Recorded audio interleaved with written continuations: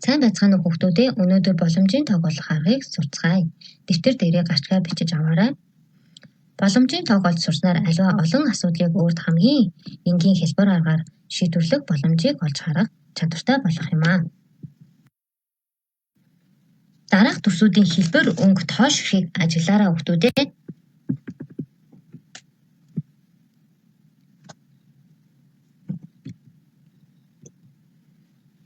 Дараах асуултанд хариулцгаая. Нэгт нь эхний харьцагнаас цэнхэр өнгийн дугуй дүрс суглах боломж хэд байна вэ? Хариултаа дэвтэр дээрээ бичээрэй хүүхдүүдээ.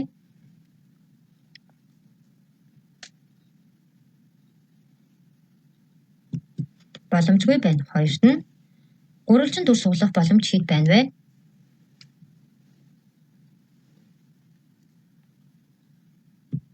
Боломжгүй байна. Гуравт нь шар өнгийн дугуй дүрс суглах боломж хэд байна вэ? Шар өнгийн дугуй дүрс суглах боломж 3 байна. Дөрөвт нь ногоон өнгийн дугуй дүрс суглах боломж хэд байна вэ?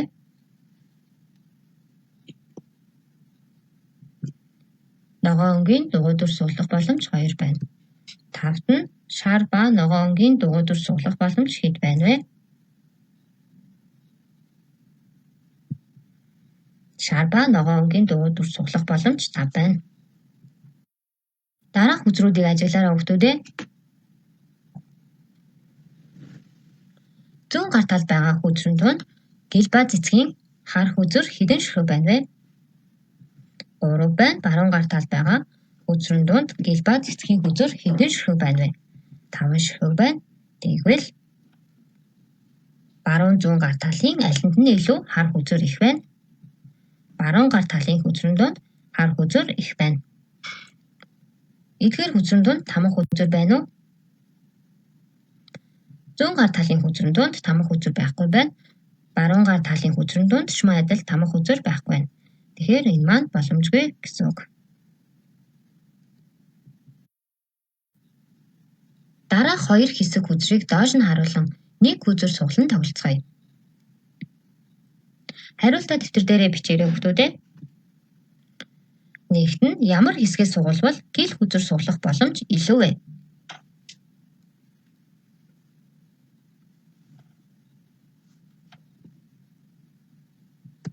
Эхний хэсгээс гэл хүзэр суглахад илүү тохиромжтой. Хоёрт нь ямар хэсгээ сугалвал бундан хүзэр суглах боломж бага вэ?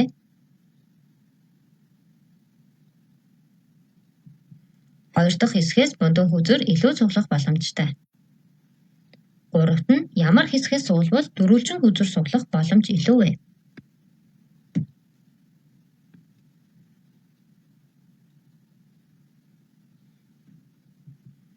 Хоёр дахь хэсгээс дөрвөлжин хүзэр сугалахад илүү боломжтой. Дөрөвт нь ямар хэсгээс сугалвал хар өнгөтэй хүзэр суглах боломж илүү вэ?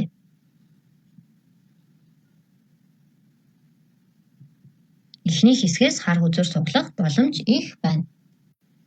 Тавт нь энэ хоёр хэсгээс сугалсан хүзэр тамга байх боломжтой юу? Тамга байхгүй тул боломжгүй байна. Боломжийг бодох тэмдэглэг харахтай танилцгаая хүүхдүүдээ. Зоосны сүлжтэй хэсгийг эс үсгээр тэмдэглэе, тоотой хэсгийг тэв үсгээр тэмдэглэе. Тэгвэл хоёр мөнгийг зэрэг ороход хичнээн анзаар буух боломжтой вэ? Боломжийг хүснэгтээр тэмдэглэе. Хүснэгтээ дэвтэр дээрээ тэмдэглэж аваарай хүүхдүүдээ.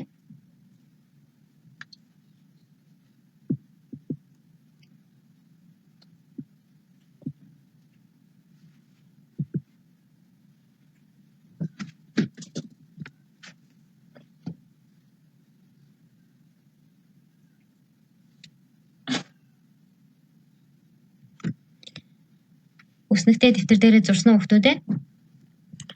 За, хоёр зоосыг эхний удаа хаяхад нэгдүгээр зоос маань тоо бууж байна. Хоёрдугаар зоос маань бас мөн адил тоо бууж байна. Хоёр дахь удаа хаяхад эхний зоос маань тоо, хоёр дахь зоос маань сүлд буулаа. Гурав дахь удаага хаяхад эхний зоос маань сүлд, хоёр дахь зоос маань тоо буулаа. Дөрөв дахь удаага хаяхад эхний зоос маань сүлд, хоёр дахь зоос маань мөн адил сүлд буулаа. Ялгаатай байх 4 боломж байна. Тэгвэл үүнийг модны загвараар баталцгаая. Үүнийг модны загвараар батлах юм бол зоосыг мод гэж үзье. Эхний зоосыг тоо буюу Т мод гэж үзэх юм бол хоёр дахь зоос маань тоо сүлд гэж хоёр янзаар буух бөгөөд хоёр мөчөр буюу Ts гэж цалаалах нь байна. Хоёр дахь зоосыг эс мод гэж үзэх юм бол модноос хоёр мөчөр буюу Ts гэж цалаална. Модны тоо 2, мөчрийн тоо 2 тул бүх боломж нь 2-ыг үүсгэх нь 2 тэнцүү дөрөв байна.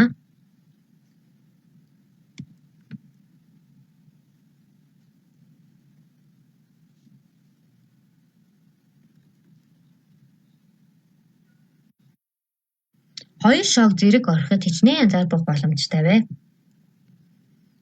Боломжийг хүснэгтээр илэрхийлье.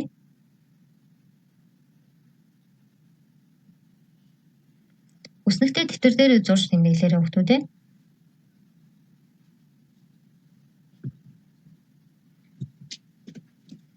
Шоо маань хэдэн талтай байдаг вүлээ?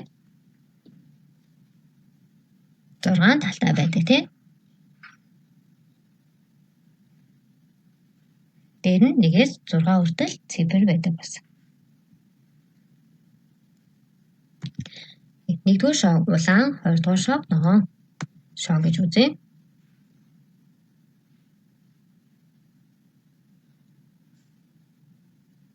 Эхний удаа 2 шог хаяхад 1 3 гэсэн тоо буусан байна. Хоёр дахь удаа хаяхад 1 1 гэсэн байна. Гурав дахь удаа хаяхад 1 2 гэж буусан байна. Дөрөв дахь удаа хаяхад 1 4 гэж буусан байна. Тав дахь удаа хаяхад эхний шоо маань 1, хоёр дахь шоо буюу ногоон шоо маань 5 гэж буусан байна. 6 дахь удаага хаяхад эхний шоо маань 1, хоёр дахь шоо маань 6 гэж буусан байна. Улаан шоогоо дандаа 1-ээр буусан гэж үзэх юм бол ногоон шоо маань 1-ээс 6 хүртэл 6 ялгаатай байдлаар буусан байна. 6 боломж байна. Тэгвэл эхний улаан шоо маань дандаа 2 буусан гэж үзэх юм бол хоёр дахь шоо буюу ногоон шоо маань мөн адил 1-ээс 6 хүртэл 6 ялгаатай байдлаар буух нь байна. Тэгвэл энийг модны загвараар үзүүлэх юм бол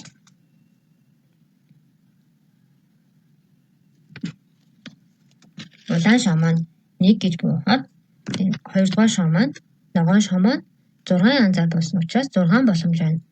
Бүх боломжийг олохын тулд эхний улаан шоо маань 6 янзаар буuna мөн адил ногоон шоо маань 6 янзаар буух учраас 6 гүйцэтгэх нь 6 тэнцүү 36 боломж байна.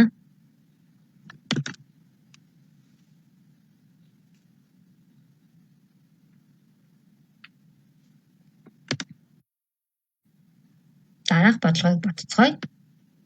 Эрдэнэ хотоос Булган аймаг руу 3 ялгаатай замаар, Булганаас Хөвсгөл аймаг руу 2, Эрдэнэтээс Хөвсгөл хүртэл хэдэн ялгаатай замаар очих боломжтой бол?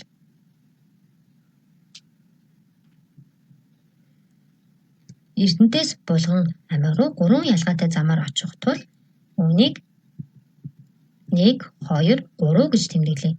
Булганаас Хөвсгөл аймаг руу 2 ялгаатай замаар очих учраас үүнийг А, Б гэсэн үсгээр тэмдэглэе. Эрдэнэтээс Булган хүртэл 1-р замыг сонгох юм бол Булганаас Хөвсгөл хүртэл А зам, Булганаас Хөвсгөл хүртэл Б зам. 2 боломж байна. Эрдэнэтээс Булган хүртэлх 2-р замыг сонгох юм бол Булганаас Хөвсгөл хүртэл А зам, Булганаас Хөвсгөл хүртэл Б зам. 2 боломж байна. Эрдэнэтээс Булган хүртэлх 3-р замыг сонгох юм бол Булганаас Хөвсгөл хүртэлх А, Б гэсэн 2 зам ялгаатай замаар явах тул нийт боломж нь 6 боломжтой байна.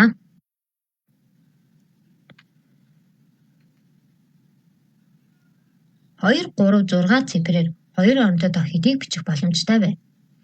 Модны загварын аргаар тооцоцгоё.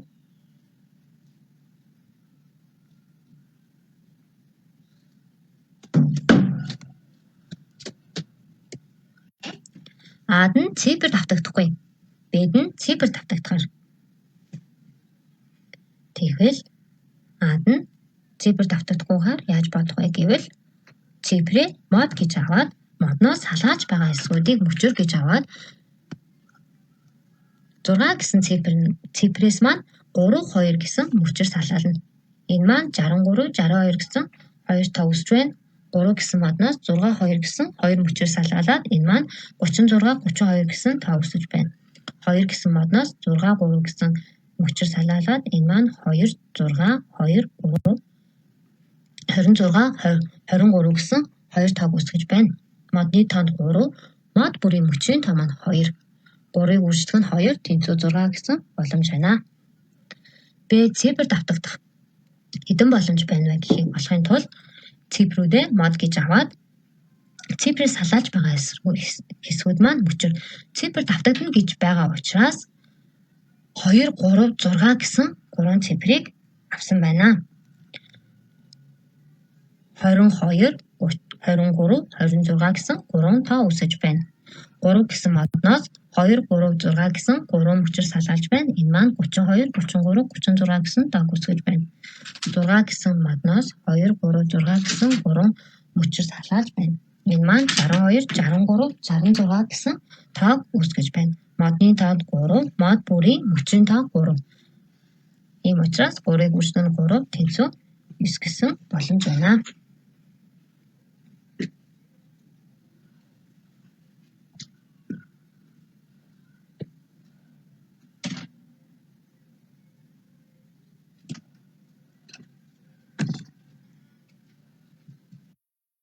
Дараах бодлогыг бий дааж бодцгоё. Нэгдүгээр бодлого нь 32 хүзрөөс нэг хүзэр сугалахад тэр хүзэр нь гэл эсвэл бусад өнгийн хүзэр байх боломжийн аль нь илүү вэ?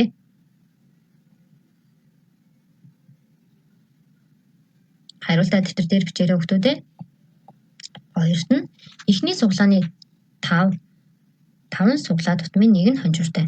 Дараагийн суглааны 100 суглаа тутмын 1 нь хонжууртай байв. Аль суглаанд аздан болох боломж нь илүү вэ?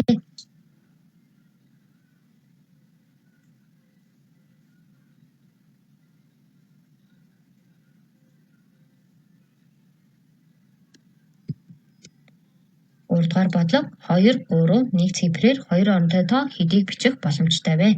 А-д нь цифр давтагдахгүй, Б-д нь цифр давтагдахаар.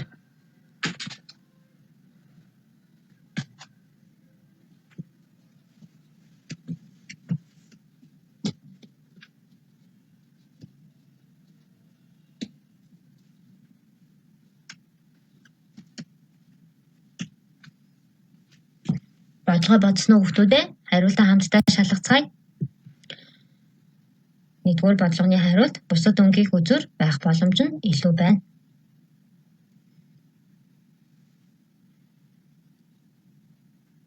Хоёрдугаар бодлого 5 суглаа тутмын 1-нд нь аздан болох боломж их байна.